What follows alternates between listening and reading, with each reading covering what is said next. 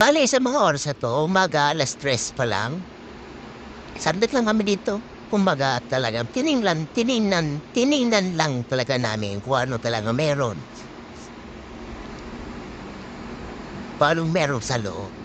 Kaya maganda siya at saglit lang kami dito dahil siyempre, ah, may mga alaga kami na naghahantay din sa amin. Eto nga at, sinisilayan ni Commander ang mga frogs, nasa baba na daw.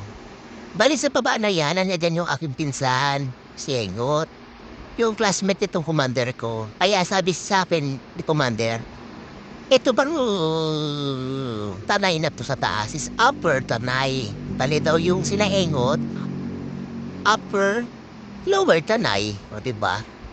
Akala niyo Paranaque lang, Ay, tama ba? Akala niyo Taguig lang yung may upper? Hindi, meron din dito. Di ako nakapag-isip niyan, si commander ang isip niyan. Kasi may nakita nga siya dati na Upper Marikina. So, ibig sabihin, may Lower Marikina, di ba? So, andito na nga tayo. Medyo hindi madaming tao ngayon, hindi masyadong madami ang riders. Siguro dahil sa panahon, may time naman kasi na napakadaming tao talaga dito.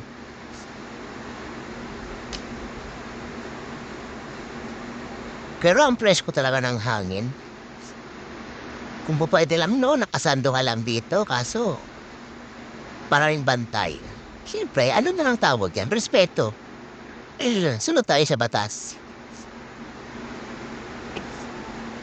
Andito na pala tayo sa Manukan ulit. Pakonti lang talaga ang tao. Kumpara noon na kung nakikita niyo naman kung nakasubaybay kayo sa mga video ko, na napakadaming tao dito. Sa mga tao diyan, yung mga nasa tabi-tabi, lahat